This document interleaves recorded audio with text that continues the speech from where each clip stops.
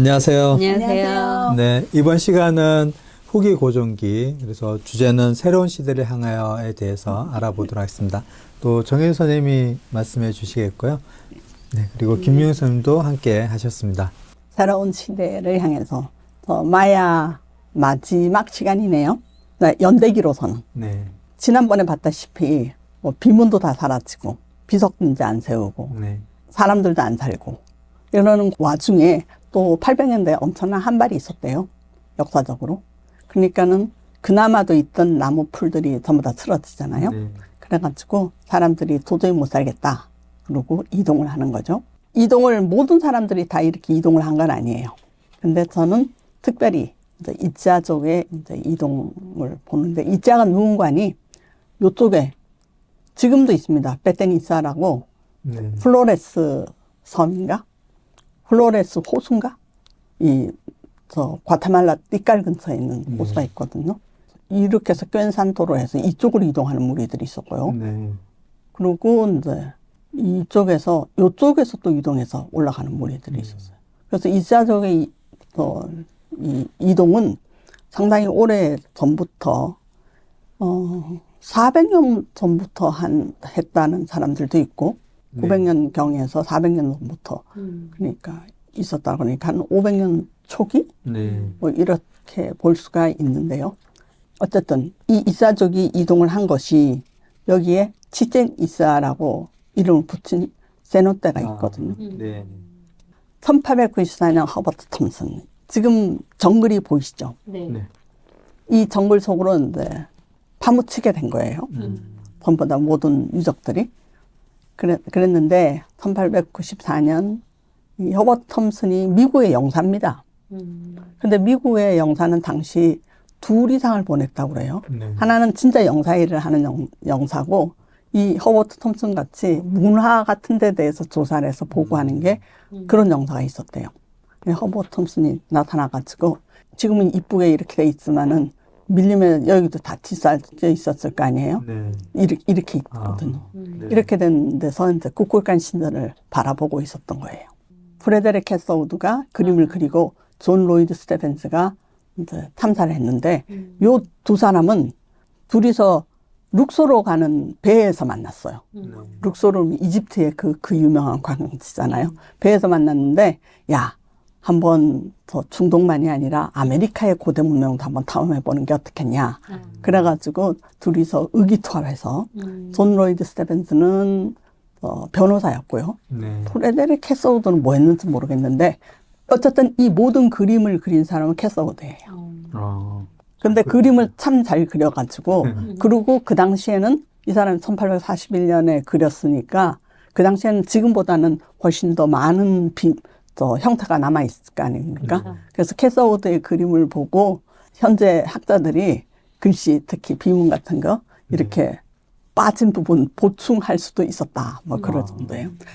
그랬는데 그래서 이 사람들이 온두라스부터 이렇게 돌아와서 유카탄 반도의 밑쪽으로 이렇게 돌아서 빙그르 한바탕 도는 스타일로 이렇게 여행을 2번을 거쳐서 했거든요. 그래서 이것을 발견한 사람들은 캐서우드. 그 전에 여행가들도 좀 있었습니다. 어쨌든 이것을 발견해서 그림을 그리고 그 뉴욕에 가서 전시를 했어요. 그래서 전 세계에 이 마야 문명의 존재를 알린 사람은 이 두 사람입니다. 그런데 허버트 톰슨도 와가지고 이걸 바라보고 있었거든요. 그랬더니 동네 사람이 나타나가지고 말을 거는 거예요. 당신도 무슨 보물을 찾으러 왔어? 그래서 예? 무슨 보물이요? 그러는데 만약에 보물을 찾고 싶으면 세노테에 가보라. 성스러운 세노테에 가보라.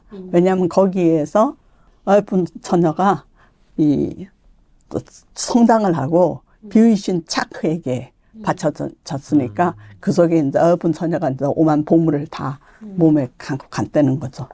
그리고 이제 유카탄은 건기가 좀 심해요. 이 북쪽이 되놓으니까는 그 건조하고 깔라크물가라든가 이런 숲속에 있는 데는 비가 안 와도 축축하잖아요. 근데 여기는 더구나 위치가 이게 전부 다 석회암이거든요. 석회암은 물이 고이지가 않아. 왜냐하면 석회암은 물이 녹으면서 사라지잖아요. 그래서 지상에 물이 하나도 없는 거예요. 그리고 지하수만 흘러요. 보통 세노토는 이렇게 생겼잖아요. 이게 지빌찰뚱, 이것도 유적지인데 거기 있는 세노테예요. 이렇게 물이 맑고, 왜냐하면 세노테는 항상 민물이 흐르고 있기 때문에. 네. 그래서 되게 위험해요. 여기에 잘못해서 빠져서 쿵당쿵당거리면 이제 시체도 못 찾아. 왜냐하면 강 따라서 딴 데 가서 나타나요. 성스러운 세노테는 이렇게 생긴 거예요. 네. 색깔이 독특이죠. 이거 왜 이럴까요?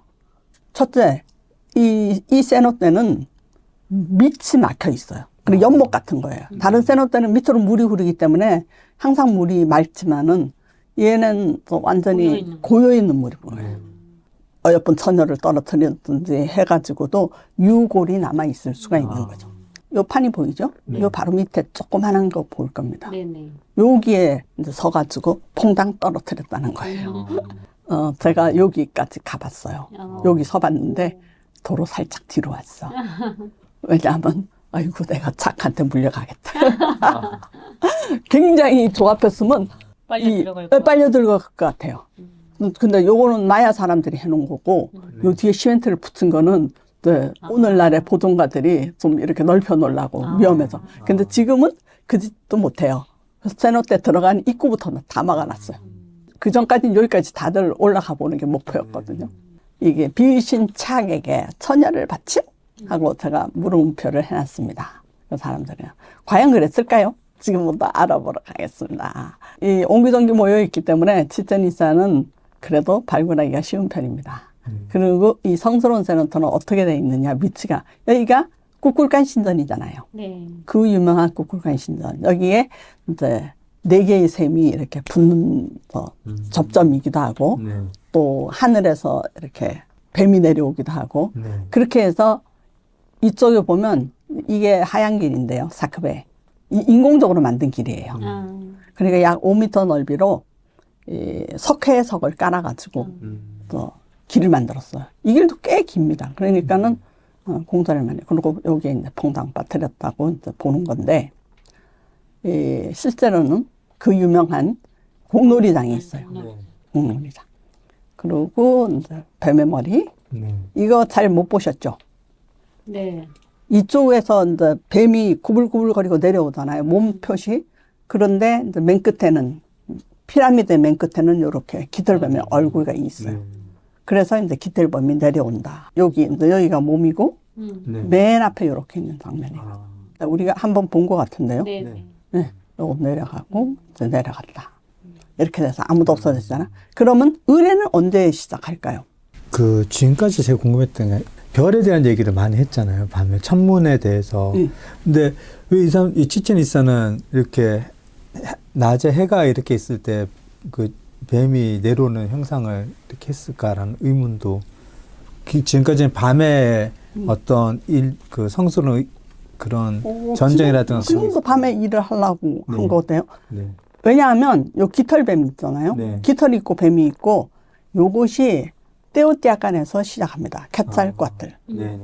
그런데 떼오띠아칸에 시작한 게 여기까지 온 거예요. 유카탄 북부. 네. 그런데 놀라운 거는 이 캣살과들이 마야 지역에서는 성공을 못했어요. 근데 여기 유카탄에 와서 치첸 이사 그리고 우슈말 뭐 이런 데 보면 완전 깃털뱀을 숭상하는 거예요. 그러니까는 고등교하고는 다르죠. 네. 그런데도 불구하고 여기에 지금 여기 사진에서는 전혀 안 보이지만은 자세히 들여다보면 여기 차크의 얼굴이 있습니다. 사면에. 그러니까 비신 차크를 위한 신전이긴 하거든요. 네. 근데 그거를 이제 깃털뱀이 내려오는 걸로 묘사를 했어요. 그러면은 그 네. 비신 착 얘기 아까 그 천녀를 바치거나 세노토 그 얘기도 했었는데 예. 비가 중요했다라는 말씀이신가요? 예, 6개월이 건기고 6개월이 이제 우기인데 네. 이제 건기가 계속되면서 네. 우기가 빨리 안 시작하면 네. 옥수수를 심을 수가 없잖아요. 4월 때는 비가 와야 되는데 5월이 돼도 못 심고 그러면 여기는 이제 물이 또 전부 다 지하수잖아요. 네. 그러니까 물 얻기도 어렵고 그러니까 비가 굉장히 중요했던 것 같아요. 여러분들이 많이 들은 것도 조상신 뭐 그렇잖아요. 네. 뭐 까빌신, 왕권에 수하는 신 이러는데 여기는 사방에 차크예요. 그러니까 다른 형상이 있는데도 뭐 가만히 보면 여기에 콕 찔러놨어. 그래서 비가 굉장히 중요한가 보다 그런 생각이 들거든요. 그런데 이거부터 이제 의뢰가 시작할 거 아닙니까? 해가 떨어질 때부터 깃털뱀이 다 내려왔어요. 네. 그러면 이제 뭐 해야 돼요? 운동 경기를 해야죠. 어. 왜냐하면 해가 딱 떨어질 때 떨어지고 나서 지금 저게 다 내려온 건 해가 떨어졌다는 거 아닙니까? 네. 그래서 그때 의뢰가 시작되잖아요. 어. 해가 떨어지고 나서. 왜냐하면 해 떨어지고 나면 누가 활약해야 됩니까? 금성이 활약을 해야죠. 지하 세계로 밤의 세계에서 밤새도록 열심히 싸워가지고 이겨야지 되잖아요. 그래서 이 공놀이가 시작되는 거예요. 그런데 이 공놀이장은 하도 커서 네. 여기서 직접 했을 것 같진 않아요. 뒤에 조그마한 공놀이장이 한 개 더 있거든요.